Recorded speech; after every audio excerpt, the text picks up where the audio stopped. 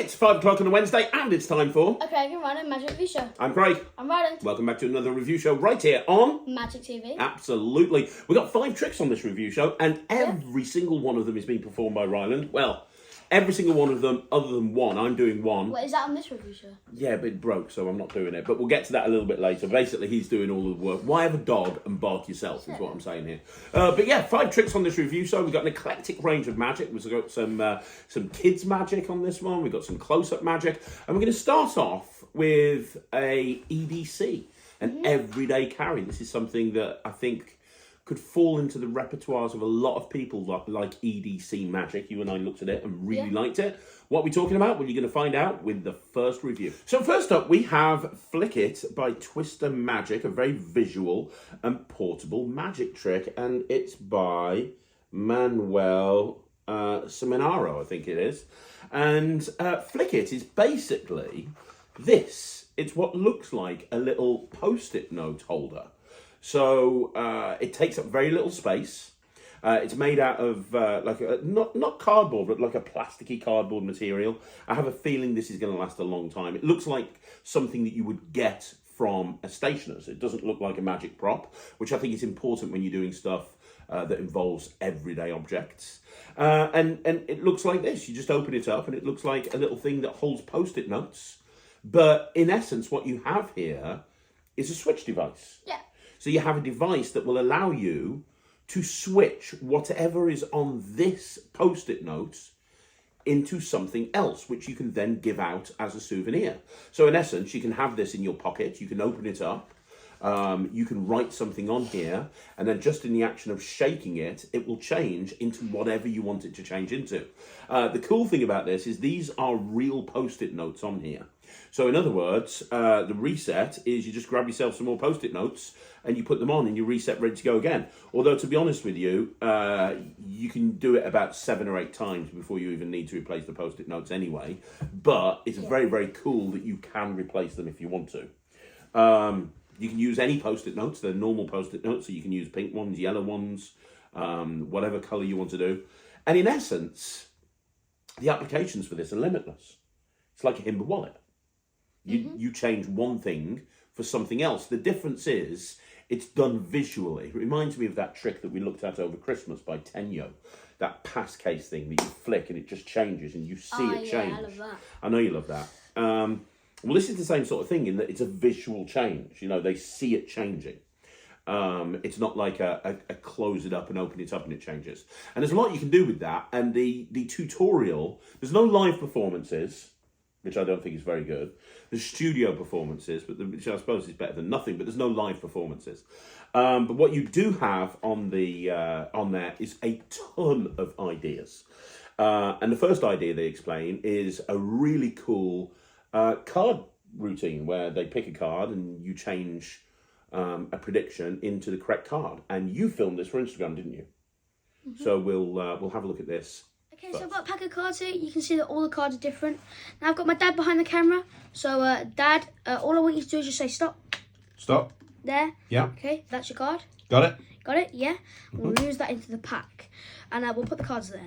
Now, I don't need the cube, so we'll... What? Yeah, we don't need the cube, so I'll put that over there.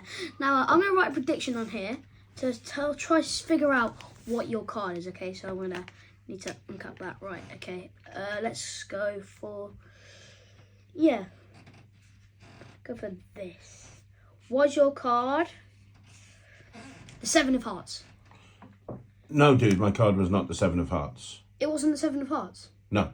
What about the Ace of Diamonds? Was your card the Ace of Diamonds? Yes, it was the Ace of Diamonds. And you can take that. What? Okay, so that was a performance of the card change thing. Yeah, I really like this. It's really cool, isn't it? So I thought when I saw that, I didn't think I was going to like this when I saw it. Neither. I was just like, okay, this doesn't look very good at all. But then when but when we actually got it and when we did it, it looks really good. It looks cool, doesn't but it? I thought I did it and I didn't think I'd do it. But when I saw it, I was like, what? I did do it. Yeah, because it looks like it's going to be a lot harder than it is. Yeah. But it's not. You literally just shake it and it goes. And you got it like straight away. It took me like 5 or 6 times, but you got it straight away. And it really is that. What's nice about this is it's visual. It's up there. So if you're performing to a big group of people or a banquet table or something, you can take this out of your pocket, you can open it up and you can, boom, do it. And you know, it's that old expression, isn't it? The ideas are limited only by your imagination. They have a bunch of ideas on there. So they talk about how you can have a card appear, so you can have a folded up card appear. So you can write down the name of someone's card and then shake it, and a folded up changes into a folded up card. You can have them draw a £20 note on here, and then when you shake it, it turns into a real £20 note. They've got a really nice application as an add a number pad where you get 4 people to write down numbers. You give it to somebody else and they add the numbers up, and obviously it's acting like an add a number pad, but an organic add a number pad. Yeah. You could do it at a wedding where you have a heart with the initials of the bride and groom on either side, and when you shake it, the initials come together, which would be quite cool. But my favourite application of it is what you came up with. So Ryland was like learning this, and he was learning all the different routines. Yeah. And then you showed me a little matrix thing. Yeah. And I think this is the best application for this, and this isn't on the tutorial, but the second I saw Ryland do this, I'm like, man, I'm going to do that like in a heartbeat. Because I had a thing many, many years ago. It's on the Netrix called BCM. It stood for Business Card Matrix. Really? Yeah. And it was basically dots on a business card that all go together into the same corner. And it used out to lunch and friction pen, and there was a lot of principles going on there. You basically just reinvented that trick of mine, but made it way cleaner using this gimmick. Yeah. So if you haven't seen it, he put this on Instagram as well. So let's just have a look at this kind of matrix thing with crosses. This is a really cool application of this. Okay, so I've got some post-it notes here, and I've also got a Sharpie. Now, there's a trick called matrix, which is where you got 4 coins, and you put cards over the coins, and then all the coins go into the same card, which is pretty cool. Now, I'm going to try to do that with the post-it note. So I'm going to need the Sharpie, and I'm going to need the post-it note. So you can see it here, and I'm going to draw 4 X's in each one of the corners.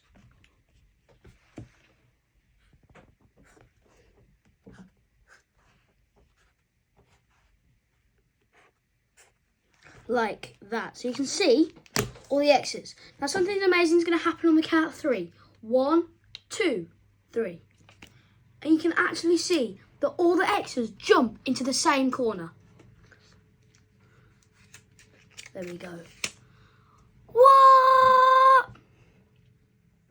And I love the fact that once you've got the 4 crosses that have gone into the corner, you can immediately just give the post-it note out. And then you reset if you want to. The reset is like seconds. You just need to write what you want to write on it again as you go to the next table, and you reset, ready to go again. So it looks organic. It takes up no pocket space. It's the perfect everyday carry because it literally looks like the sort of thing that you could carry around with you. It would not look out of place on an office desk or something like that. And it allows you to do some really cool visual magic. I love this. It's practical. It's angle proof. It's easy. It's well made. It's going to last a long time. I think this is one of the best things that Twisted Magic have come up with. Yeah. I'm going to give this 98%. What about you? I'm going to give this 98% as well. 98. You can do it. Yeah. Yeah, you're going to throw it in your close-up case and you're good to go. I really like it. 98% from Ryland, 98% from me. This is really good. You can get this from your favourite magic shop. But we're going to go now into the next product. So next up, we have art prediction by Kaifu Wang, I think it is. Magician uses art to show the picture chosen by the audience. And this comes with written instructions. Yeah. And on the written instructions, the person who created this credits Max Maven and tells a whole story about how Max came up with something, and this is a variation of that, and obviously anything that Max Maven did was brilliant. And so you've got this, which is a variation on something Max did that I'd never heard of before. But in essence, what you have here is, it's kind of an interesting plot. I'll be honest with you, I don't think I would do this. Neither. But I still really like it. It's good. It's clever. It kind of makes sense. Which obviously, if I like it, but I'm not going to do it, you already know what the rating is. I already know what the rating is, but we need to talk about it a little bit because I think this is right. Mentalism is really strong. You don't really do mentalism unless you're counting like making a cube wall out of something that people think of, but you rarely do mentalism. Yeah. But this is mentalism that I think would work for kids because You know, it's very simple things that you need them to think of. And it's a really free selection choice, and you've got that really nice, you've got the magician in trouble scenario at the end, because when you show the prediction they think that you've got it wrong, but then you show that you've got it right, and then you show the extra kicker of it being on the back as well. I just think that everybody would like this. I think this would be, if I was still working restaurants on a regular basis, and I was doing lots of restaurant residencies, which I don't do anymore, this would absolutely be in my set, because this is something that I think you can carry around. It takes up no space in your pocket. You just got the envelope, and you've got the chips. You're going to see a performance of it in a minute. It's an almost instant reset. How long do you reckon it'll take to reset it? Couple of minutes. No, not even that. No, I don't know what I meant. A couple of seconds. Yeah, literally just a couple of seconds. All you need to do. I don't know why I said a couple of minutes. Just a couple of seconds. Yeah. And because literally all you got to do is this. Yeah, and everything's examinable at the end. Yeah. Yeah. It is. Everything's examinable. I really like this. Everything. Well, no, because they've got that extra handling where everything's examinable. Because if you only have, so obviously you start with 10 chips. If you start with 9 chips, it's examinable at the end. Do you understand what I'm trying to say? Yeah, but still, wouldn't there be 2 of the? No, because you take the one real one out at the beginning. So you show 9 chips, and they don't have time to take in what they all are. And at the end, then it's all examinable. Yeah. Which is the bonus handling that they've got on the thing. That's nice. So you can have it completely examinable at the end. Anyway, you're probably wondering what the hell this is. Let's have a look at the performance of it. Ryland did this for Instagram the other day. We'll show you a performance of Ryland doing it on Instagram, and then we'll talk about, we'll wrap the particular review up. Okay, so I've got all these different 3-letter things that are kind of like poker chips. So you see that each one has got a 3-letter thing, and I've also got this envelope. Now, in this envelope, there are 3 cards, and each card has a letter on. So they'll match one of these ones. So I'm going to turn all of these over, and I'm going to mix it all up like this. Now, what we need to do is we need to pick anyone up, put it in my hand, and it will match my prediction, okay? Anyone? Anyone? Just don't look. That one right there. Don't look at the front. Now, are you sure you want that one? Yeah, I'm positive. Okay. Now, you see, as I said, the thing in my prediction will match. So I'll put that there. You see, if I turn this over, you can see. Well, that's what you picked. Cat. Oh, that doesn't.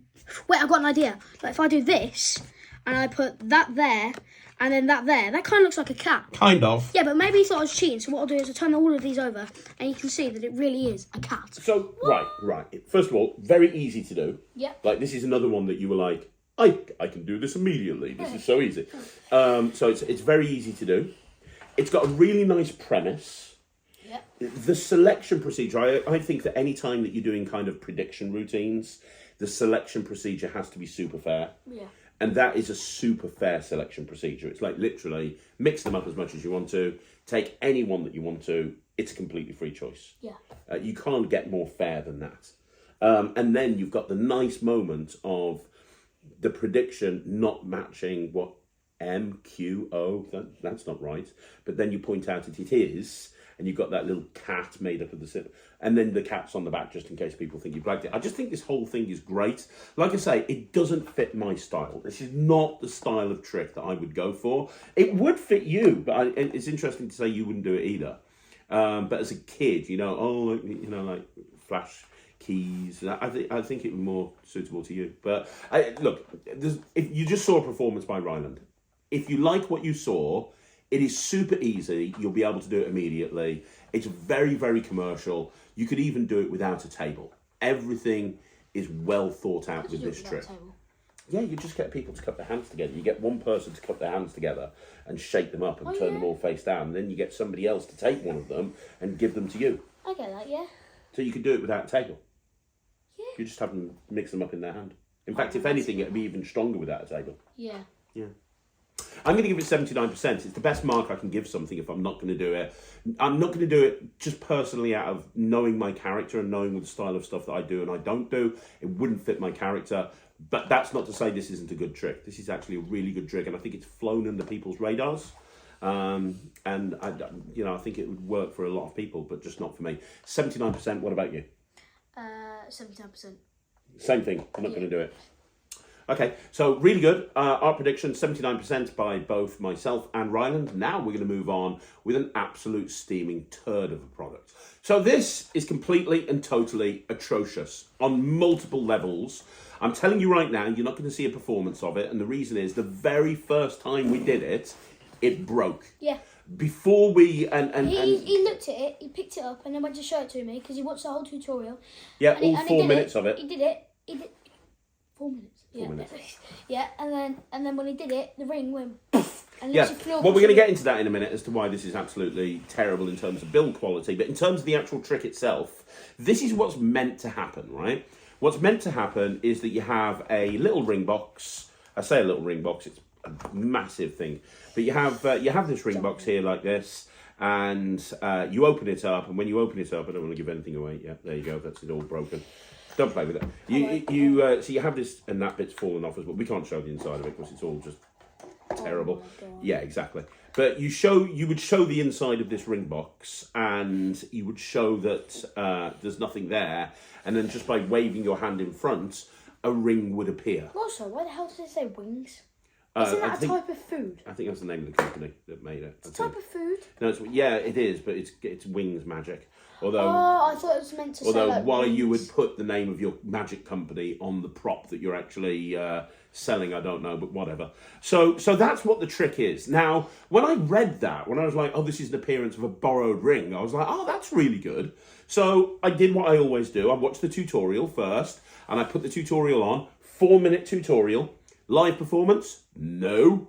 Absolutely nothing. 4-minute tutorial. Apparently all it needs to explain this wonderful trick is 4 minutes. And the first thing that kind of raised my worry factor is the fact that it came with a practice ring. This is the practice ring. And it said, under no circumstances can you do this trick with any ring than a bigger diameter to the practice ring. Now, I'm a kid. I can't get that on my flipping finger. Yeah, exactly. And I'm a kid. Yeah, exactly. Small hands. No, and also, you could probably... Yeah, you got tiny hands. And I'm a kid. You've got bigger hands than Jay Sankey, but, you know... Tiny hands. And we know that because he measured his hands compared to yours at Ireland, and your hands were bigger. But anyway, let's not talk about Jay's tiny hands. So this ring, right... you can't have it any bigger than this ring. And that's now, tiny. You could probably get a women's engagement ring that will be about this size. But my personal rule when borrowing jewellery is I never borrow anything with a stone. Because I've heard horror stories about magicians borrowing rings, and then they give the thing back and the stone's gone. Like, I only ever borrow... yeah, true. I only borrow if you ever see me perform ring magic, and you will see me perform it a lot, I only ever borrow either wedding bands or ideally men's rings. Like the ones that are like flat that go exactly. Or the ones that have like the big schools. So immediately that was a concern. But then they actually went into the method, and the method is you have to have this set up in the prop ahead of time.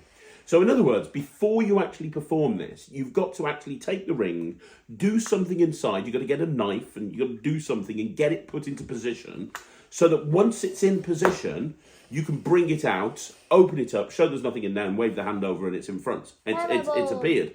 Now, the problem with that is how are you supposed to do that in a close-up conditions with a borrowed ring? Because it takes like a minute to load it into position, genuinely. You can't even have it set up in your pocket. Because if it's in your pocket and it's set up, it's going to want to close. So you're going to literally, this is what it would have to be. Can I borrow your ring? Excuse me, have you got tiny fingers? Have you got pathetic little tiny fingers? You do, great. Can I borrow your ring? Thank you. Look, I'm going to hold this ring Do they here. teach you how to do the vanish? No, they don't teach you anything like that. I mean, you could, for example, put it under a ring handkerchief, but they don't go through anything like that. Their idea, you could maybe vanish it. And you go, right, you've made it disappear. Let me go over here and get to my ring box. 1 minute. Right, okay, I've got the ring box. There's nothing in there. Watch. Boom! It's there. Amazing. And it's just terrible. So the only real use for this is to make a ring appear. So I was going to say to you, Ryan, when I got you over to look at it, I was like, we'll do it for Instagram and we'll just make a ring appear for Instagram. And it's kind of fairly visual, making the ring appear. And I tried it once or twice and it looked okay. You can't just make it appear. you have to have that hand in front as cover, else they'll see it come up. Yeah, but the first time you did it, you went to do it, you had it, and then you pressed the thing, and then poof. Yeah, and the ring and the little holder went. It literally went flinging across the room. Yeah, and I was like, okay, well that wouldn't be good with a borrowed ring. And then when I looked The dog nearly ate it. and then when I looked at it, then this whole thing fell apart. This is not cheap. So first of all, How much is this? I don't know, over 50 quid, I think, or something like that. And I was disappointed because one of my favourite things that Sam's Minds ever did was their ring box, and I use that in my show all of the time, like all of the time. I've got 3 of them. And I thought, oh, making it appear, that'd be really cool because I could make it vanish on this one and appear in this one. No. First of all, this looks like a magic prop. The Sam's Minds one doesn't. This looks like a magic prop. No ring box is this big. Second of all, they put their company name on the top of the box, you absolute, complete and total muppet. And it says wings. Yeah. Then... So it's like a baby trying to say rings. So that's what it looks like. Then you've got the actual box itself inside, which don't let them see. God. Exactly, yeah. Then you've got the fact that it only uses one type of ring, one size of ring, which is not a practical ring to borrow. Then you've got the fact that it's not really practical in terms of loading it. Now, maybe they've got an incredible method in order to get this into position, but I wouldn't know because the tutorial is 4 minutes long. 4 minutes. 4 minutes long where they don't really explain anything. Honestly, like, you went to the toilet this morning when you woke up. Yeah. You were on the toilet longer than the tutorial. I mean...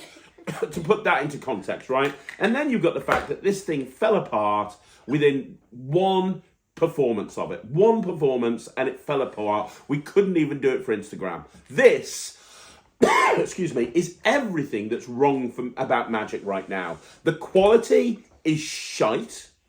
The tutorial is crap. The actual trick and the method behind it is dreadful. There's no redeeming qualities at all about this. It is... Look at it. The whole mechanism just falling apart. The whole thing is just terrible. This gets minus 1 billion million % from me, and it's a front runner for the worst trick of the year, 2024. This is abysmal. What are you giving it? I'm going to give it minus infinity squared times infinity squared plus 1. That's really bad, and that's right, it's getting the Nerf gun treatment. Right, you get the gun ready. See if you can get it in the air. 1, 2. I need a bullet. Here, 1, 2. Hang on, I need a bullet. Get the bullet. You got the bullet? Yep. Right, get ready to fire it. In the air. Wait, I didn't fire. Oh, Misfire? What's happening? there you go. Got it. Yeah, that shouldn't happen at your age. Right. Got it! Boom! Yeah! Trick's terrible. Let's move on. Okay, so next up we have Planetarium by Manu Jo. Manu Jo. This is Vanishing Ink. Now, Manu Jo is in the performance and he's in the trailer, but he's not explaining the trick. The trick is explained by George Luck. Yeah, by George Luck from Vanishing Ink. And what you have here is something that you might consider to be the perfect everyday carry.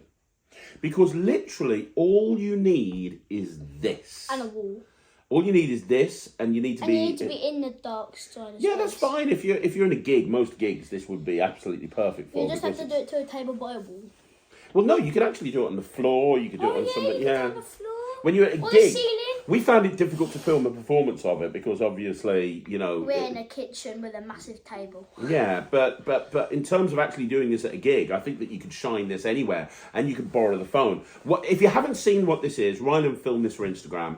I'm not going to try and explain the effect. I'm going to talk you through it in a minute. But first of all, have a look at this. This is a performance of Ryland doing Planetarium by Vanishing. Okay, so I've got my phone, a little thing with a bunch of holes, and a pack of cards. Now we'll start with the pack of cards. I've got my dad behind the camera, so Dad, just say stop. Stop. Okay, that's the card. Got it? Got it? Yeah, we'll put that into the pack. Now, as I said, I've got my phone, and I've got this little thing with loads of holes. Now, if you look at this, you can see it's got loads of holes. Yeah, I can see them there, buddy. Yeah, now what we need to do is we need to think of your card. I'm thinking. Thinking, yeah? Watch. And you can see your card No way! actually starts to appear. Dude, that's my card. That's the three of hearts. Yeah. That's my card. Is your card the three of hearts? Yes. Okay, so that's Planetarium, and in essence, it's a card reveal, right? Now, the downside. Let me talk about the downside straight away, because there's not many downsides to this trick. It's only the three of hearts. I would like to see Vanishing Ink bring out another couple of these in the future with different card reveals on them. Seven of diamonds or the Yeah. king. They can't really do the. Well, you can do straight lines.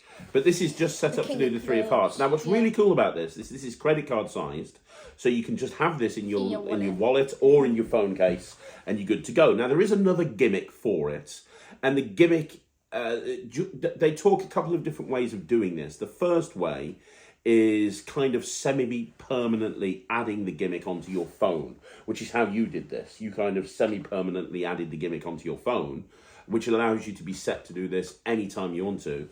The other way of doing it is to have the gimmick loose, borrowing the spectator's phone and adding the gimmick onto the spectator's phone during the course of the performance, which sounds difficult, but it's actually really easy to do, isn't it? Yeah. And literally with that, you've got the deck of cards. You have them pick the card. You borrow the phone. You shine the light at the wall or the floor. I can see it or somebody's there. thing. I just saw it like exactly. When you did that against the light, I saw it like. And hang on.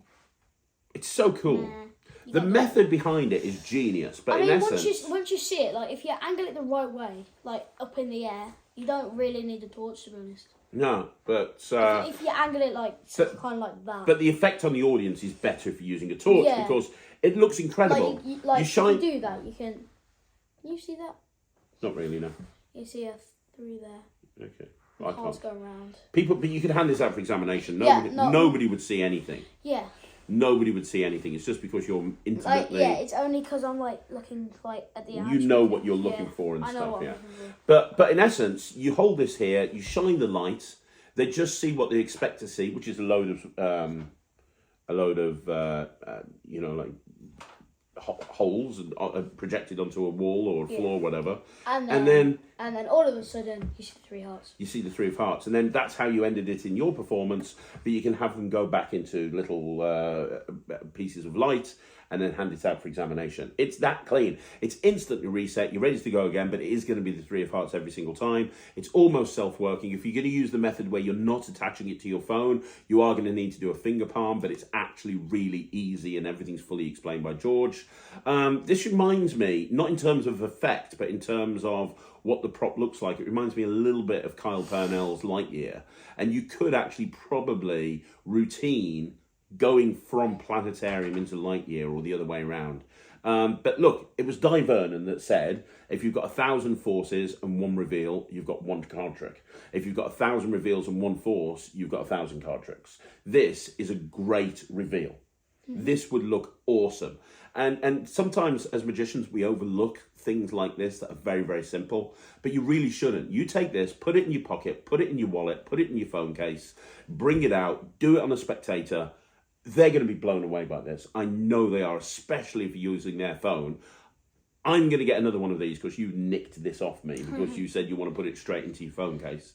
But I really like this. I haven't asked you what your mark is, but I'm going to give this... I'm going to give 100. I was going to go 99, but I think you're right, 100%. This gets 100% from both me and Ryland. I mean, maybe 99.999 recur, just because it's only three of hearts. Yeah, it's only three of hearts, but other than that, it's almost perfect. Yeah. It's almost... I'm almost... still going to give it 100. Yeah. You know, I do a lot of gigs, obviously, at night, so do you. And when you're doing close-up and it's kind of a darkened room, this is perfect. This is just the thing that you can have on you and you can do anytime, anywhere. Perfect everyday carry. That's the buzzword these days, isn't it? EDC. This is the perfect everyday carry. You put it in your pocket and you're ready to go. You just borrow a deck of cards or do a verbal force of a playing card and you're set. 100% from both me and Ryland. This is awesome. Okay, so the final trick that we're going to be looking at today is going to be Uncanny Yarn. Now, this is another one that comes with written instructions, no tutorial, and it is advertised as a kid's trick. But in all honesty with you, I think you could do this in a cabaret show. I think that you can do this right time, right place. This is great. Now, this comes in lots of different colours. You can get red, yellow, green, blue, lots of different colours. But in essence, what you have here is what looks like a ball of wool that turns into a jumper. Could it turn into anything else? Like No, they just have jumpers. Just have jumpers. Now, I mean, that's fine because they've got loads of different colours. The tutorial teaches. I say tutorial. It's not a tutorial. I mean, to be honest, it would be pretty cool if you just had a bunch of balls of wool lying around in your house, and then if you get like a friend over and if they can see anything, you just grab the ball of wool and go, well. That's very cool, actually. Yeah, that's very, very cool. And you've got one of those. Get a deck, like I'm not going to say what it is, but the one that I use in Rubik's School. Yeah. Yeah, use that deck and force jumper. Yeah. Well, the written instructions have about 5 or 6 different ways of performing this. My 2 favourites is kind of what you just said, which is you show a ball of wool, you put it into a bag. Everything that they do is involving putting them into a bag. So you show a ball of wool. I mean, you could put it behind them. Well, yeah, I'm going to talk about that because that's what you did. But the instructions tell you to put the ball of wool into a paper bag. Yeah. And then when you pull the ball of wool out, the paper bag is empty and you've now got a jumper. Which is pretty nice. Which is pretty cool, right? And the way that they suggest doing it, there's a few different ways, but the 2 that I liked was what you just said, which is show a ball of wool, pull it in a bag, have someone hold on to the bag, force jumper on somebody, and then when they reach in and take it out, it's a jumper. Yeah. The other way that I Or thought... you can put it behind their back. Well, the other way that I thought was quite good of it, that's not in the instructions, that was your suggestion. The other thing that I really like in the instructions is kind of a sucker routine, and you've got a bag that's already got a red ball of wool in it. Oh, that's nice. So you show it, and they don't know about that. So you open up the bag, and you've also got the gimmick in there. So you reach into the bag and you say, I've got a ball of wool here. It's green wool. I'm going to do some psychic knitting. You put it back inside there and you say, let's knit a jumper or whatever, or you force jumper. And when you pull it out, now you're showing that the green wool has turned into the jumper. And then you go and you go, who thinks that I've got another ball of wool? And I've just taken out a jumper from the bag. And they go, yeah. And you go, well, I have got another ball of wool, but the other ball of wool is red. And now you tip out the ball of wool from in there, and it's red, and you've got to cut that sucker routine, which I thought was just a really really smart way of doing that. Now, what Ryland suggested doing with it, you do a bit of context into this, because I showed you this, and you immediately suggested something which I think is just brilliant and takes it to an entirely new level as far as I'm concerned. You immediately suggested kind of combining it with The Solution by Michael Murray. So if you don't know The Solution by Michael Murray, you do that in every show. In essence, it's the spectator solves the cube behind their back. Yeah. So you give a spectator a Rubik's Cube, put it behind their back, and when they pull it out, it's solved. And you said, you don't need a bag. I could put the ball of wool behind someone's back, get them to hold on to it. It's going to feel like a ball of wool. Just because it's wool. Just because it's wool. And then when you pull it out and they bring it out themselves, it's turned into a jumper. Yeah. And I was like, that's genius. So we then grabbed your sister and we filmed this for Instagram. And we pre-showed her.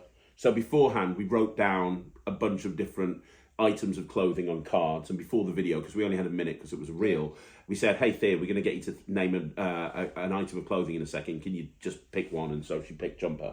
And then we got her to do the thing, and you tried it for the first time on this video, and it works brilliantly. She was just convinced she was holding a ball of wool. We spoke to her afterwards. She was convinced she was holding a ball of wool. She pulled this ball of wool out, and now it's the jumper that she freely named. That's insane. Now, you haven't got a bag. That takes it to the next level as far as I'm concerned. Let's have a look at the performance that you put on Instagram. I think this is brilliant. Okay, so I've got a ball of wool here, and I've got my sister. Now, Thea, I've got this ball of wool. Now, what I'm going to do is I'm going to put this ball of wool behind your back. So put your hands behind your back, and I'm going to give you this ball of wool, okay? Yeah, so take it there, no, there. Yeah, you got it? Now, Thea, what I want you to do is I want you to name any article of clothing. Jumper? Jumper, okay. Now watch, if I snap my fingers like this, okay, yeah, bring it out, look what happens. You can see it is actually a little jumper. That's great. I love that. I'll be honest with you. I thought this was cute, but I wasn't going to do it. Having seen your behind the back method, I'm going to do it. Oh my God, I'm going to do this. This is such a fun, quick bit. It's not very long. It doesn't need to be long. I just love the idea of saying, hey, let's do some... I love the idea of, the thing is with magic, when, if you could really do magic, would you make a card rise to the top of the deck? If you could really do magic, would you make a coin jump from one place to another? No. A lot of the magic that you do... If you would do magic, you would show your friends that you can float stuff. You would make money appear. Yeah, Which is what I do, you which would is pick what up I a do. toy that's really hard to solve and solve it in 1 Yeah. second. A lot of the stuff that you do, if you could really do magic. And not bother to knitting, so I can just do that. Yeah. And do you know what would be really cool? Yeah. If you did like a colour match with this. Like, it's a shame they don't do it, but if they did, you could have more than one things that turn into little balls. So you can have like different colours of balls. You can. They did suggest that in the tutorial. Yeah, so you can show one as a t-shirt, that colour t-shirt. Have one as the jumper, not t-shirt, jumper. You have one it's a shame they don't do it, but you can have one as trousers or little balls as little socks. What they had in the Different tutorial is they had this really nice idea where they have 2 bags. And they have 2 different of the gimmicks. And one is that you say, I've got a ball of wool in here. This is red ball of wool. And I've got a green jumper. I'm going to put that in there. And then what happens? I know what's coming. So what happens is when they take out the green jumper, it's now a ball of wool. And when they take out the red ball of wool, it's now a jumper. Yeah. Which I thought was really smart. But I still think the behind the back thing is the way that I'm going to do it. And I just love that as a quick bit to do on stage. I love the hook line. Hey, if you could really do magic, I've always wanted to be able to knit. I don't need to be able to knit. I can do it by magic. I'm going to teach you guys how to do magic knitting. Somebody come up and help me. Boom. You can combine it with Chad Long's knitting ninja. There's just so many different ways with this. I was going to give this like 79%, but I'm giving this 95%. I'm going to give it 98. Yeah, this is 100% going into my cabaret show. You can have the green one. I'm going to order a red one for myself. And what would really be cool if they did some like trousers or little balls as little socks, so they could choose the colour of the socks. If you market this, come on, we want some trousers and socks. And then you can get or maybe a tie, Tie as would be well. cool. And then what you can do is you can take them off, and then you've got that outfit underneath. So That's it's like very a little cool. matchup. That's very cool. That's very cool. I love this. It's brilliant. Highly recommended from Magic TV. That's another review show in the bag. That's another review show in the bag. That's another review show in the bag. Ah! No, don't shoot me! Hands up. Yes, I can shoot you. Ow!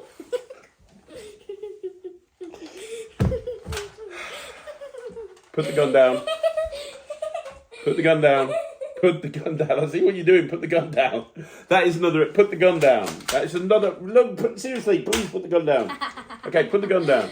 That is another review show in the bag. Thank you once again for joining us right here on Magic TV. Don't forget, if you want to follow us and subscribe to the channel, you can do so by going to subscribe. You can also subscribe on Facebook and Instagram. Ryland is Ryland the Kid Magician on both Instagram, Facebook, and YouTube, and you have way more subscribers than I will ever have. But feel free to follow him. Shoot you. Please don't. Please don't. No, I can see the gun. Don't shoot me. Don't forget to join the Netrix. Tell them where the Netrix is, right? www.thenetrix.cookies. .com. It's .com. Cookies. We'll be back again next week. Say .cookies. .cookies. We'll be back next week. I'm Craig. I'm Ryland. Bye, everyone. Bye. Don't shoot me. Ow!